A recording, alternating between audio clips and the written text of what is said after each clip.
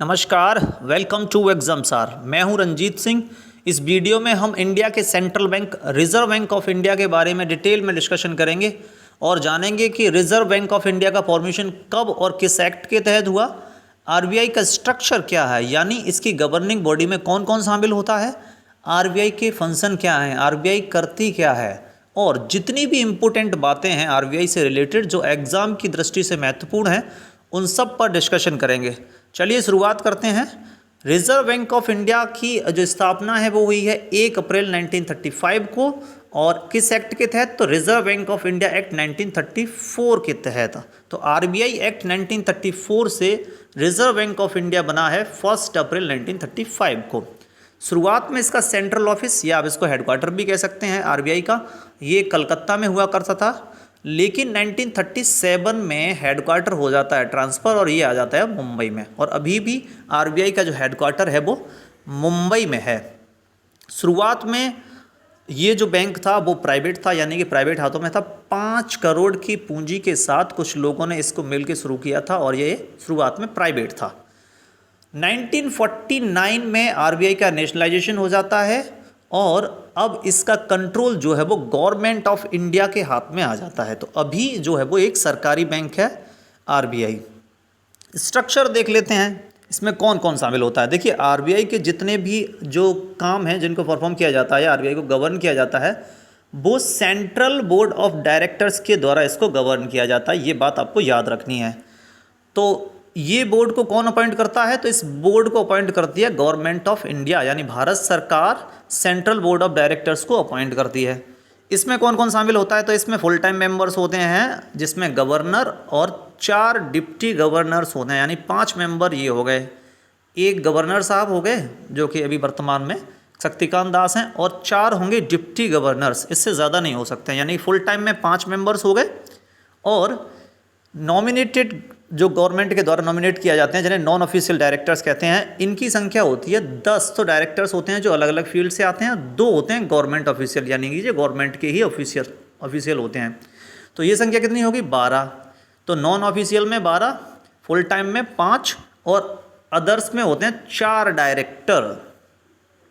तो ये कौन से होते हैं? तो ये आते हैं जो रीजनल बोर्ड्स हैं या लोकल बोर्ड्स हैं, वहाँ से 4 लोग आते हैं। तो रीजनल बोर्ड आरबीआई के 4 हैं। नॉर्थ में कौन सा है? तो नई दिल्ली है।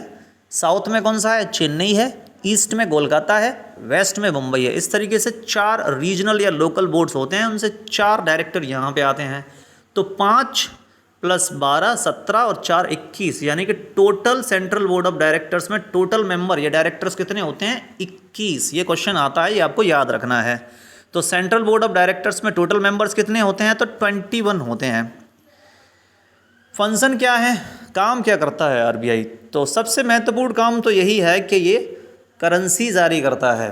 अब यहाँ कुछ बातें आपको याद रखनी है कि 1 रुपये का नोट आरबीआई जारी नहीं करता है, ये काम भारत सरकार का है। और 1 रुपये के नोट पे साइन जो होते हैं वो वित्त सचिव के होते हैं, फाइनेंस सेक्रेटरी के होते हैं। यानी 1 रुपये का नोट और जितने भी सिक्के होते हैं उनको आरबीआई नहीं करता है काम उनका, यानी कि सिक्के ढालने का काम आरबीआई का नहीं है और 1 रुपये का नोट छापने का काम आरबीआई का नहीं है।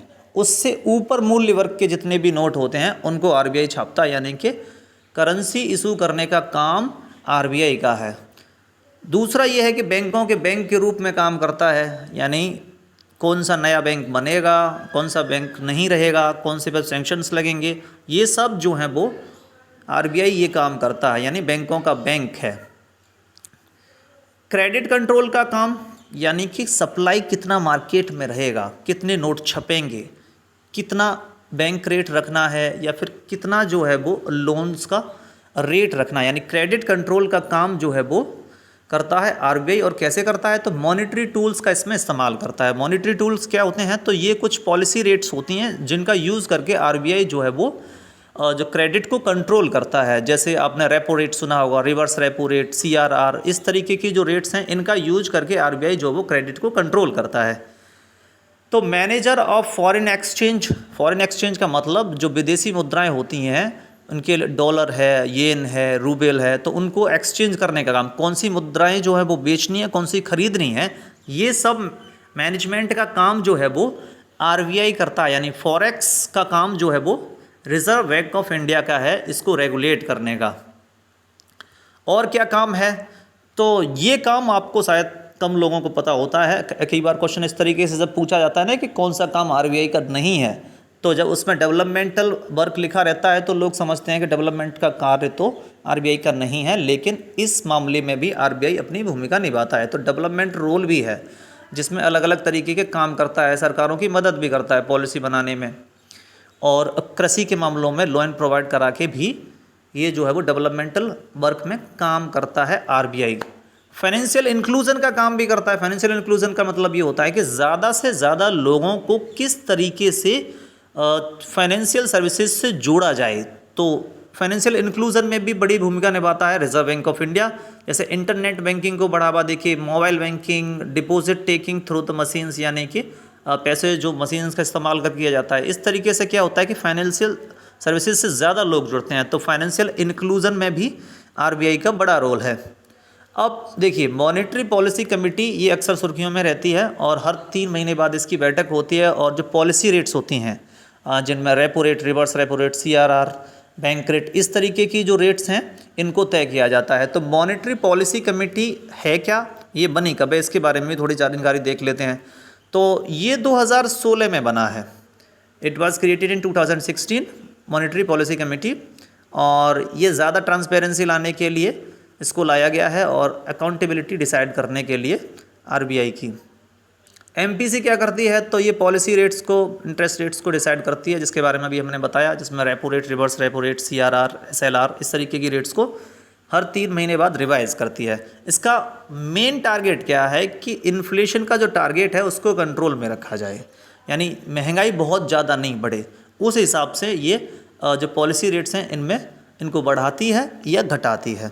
तो ये एमपीसी का काम है, मॉनेटरी पॉलिसी कमेटी का। अब देख लीजिए कि इसमें एमपीसी में होता कौन कौन है, मॉनेटरी पॉलिसी कमेटी में कौन कौन होता है। तो इसमें 6 मेंबर होते हैं, ये आपको नंबर याद रखना है। तो एमपीसी में 6 मेंबर होते हैं। कौन कौन होता है, एक तो गवर्नर साहब होते हैं आरबीआई के, और जो कि एक्स ऑफिशियो चेयरमैन होते हैं, यानी कि एमपीसी का चेयरमैन कौन होता है, तो गवर्नर साहब ही होते हैं। और इसके 3 मेंबर्स और होते हैं आरबीआई के, यानी कि आरबीआई 2, और इस तरीके से आरबीआई के 3 मेंबर हो गए और गवर्नमेंट के 3 मेंबर हो गए। इस तरीके से टोटल मेंबर इसमें कितने होते हैं, 3 + 3 यानी कि 6 मेंबर होते हैं मॉनेटरी पॉलिसी कमेटी में, 3 आरबीआई के और 3 सरकार के। और देखिए, और क्या मेन काम है आरबीआई का, तो कुछ रिपोर्ट्स जारी करता है, ये आपको याद रखनी है। तो आरबीआई भी कुछ रिपोर्ट जारी करता है, इनमें ये मेन है। फाइनेंशियल स्टेबिलिटी रिपोर्ट आरबीआई जारी करता है, मॉनेटरी पॉलिसी रिपोर्ट ये भी आरबीआई जारी करता है, और रिपोर्ट ऑन फाइनेंशियल रिव्यू भी रिजर्व बैंक ऑफ इंडिया इसको पब्लिश करता है। तो ये वो कुछ मुख्य रिपोर्ट्स हैं जिनको आरबीआई पब्लिश करता है। तो इस वीडियो में हमने आरबीआई की कब स्थापना हुई, किस एक्ट से हुई, आरबीआई करता क्या है, स्ट्रक्चर क्या है, एमपीसी क्या है, इस सब बारे में हमने डिटेल में डिस्कस किया है। तो इस वीडियो में इतना ही। वीडियो अच्छा लगा हो तो वीडियो को लाइक करें, अपने फ्रेंड्स के साथ शेयर करें। अगर आप हमारे चैनल पर नए हैं तो चैनल को सब्सक्राइब ज़रूर करें। Thank you.